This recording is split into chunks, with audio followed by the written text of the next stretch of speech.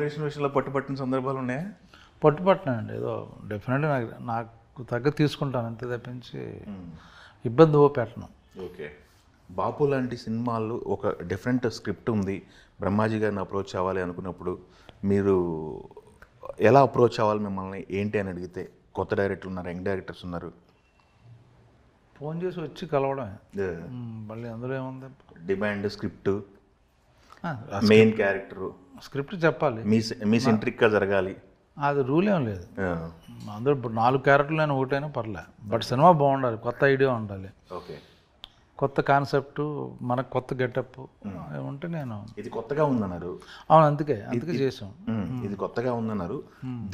దీనికోసం ఈ క్యారెక్టర్ కోసం ఏమన్నా ప్రిపేర్ అవ్వటం కానీ, హోంవర్క్ చేయటం కానీ, లేకపోతే వేరియేషన్స్ కానీ, ఎక్స్ప్రెషన్స్ కానీ ఇట్లా ఇప్పుడు అవసరం ఉండదు నాకు అంత హోంవర్క్, అది ఫిజికల్ ట్రాన్స్ఫార్మర్కి చేయాలి తప్పించి ఇప్పుడు అవసరం. ఇప్పుడు నాకు ఇన్ని సినిమాలు చేశాను కాబట్టి నాకు అలవాటు అయిపోద్ది.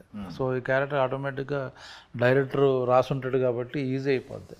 నాకు సపరేట్గా అప్పుడు తెలంగాణ స్లాంగ్కి హోంవర్క్ ఉంటుంది అంతే, చిన్న జాగ్రత్తగా మాట్లాడడం, 2-3 సార్లు ప్రాక్టీస్ చేసుకుని చేయడం, మళ్ళీ డబ్బింగ్లో అప్పుడు కూడా జాగ్రత్తగా హెల్ప్ తీసుకుని ఎక్కడెక్కడ స్లాంగ్ మిస్ అవుతున్నాం అది. షూటింగ్ కూడా అంతా ఇక్కడ చేస్తుంది కదా, మొత్తం కరీంనగర్లో చేసాం.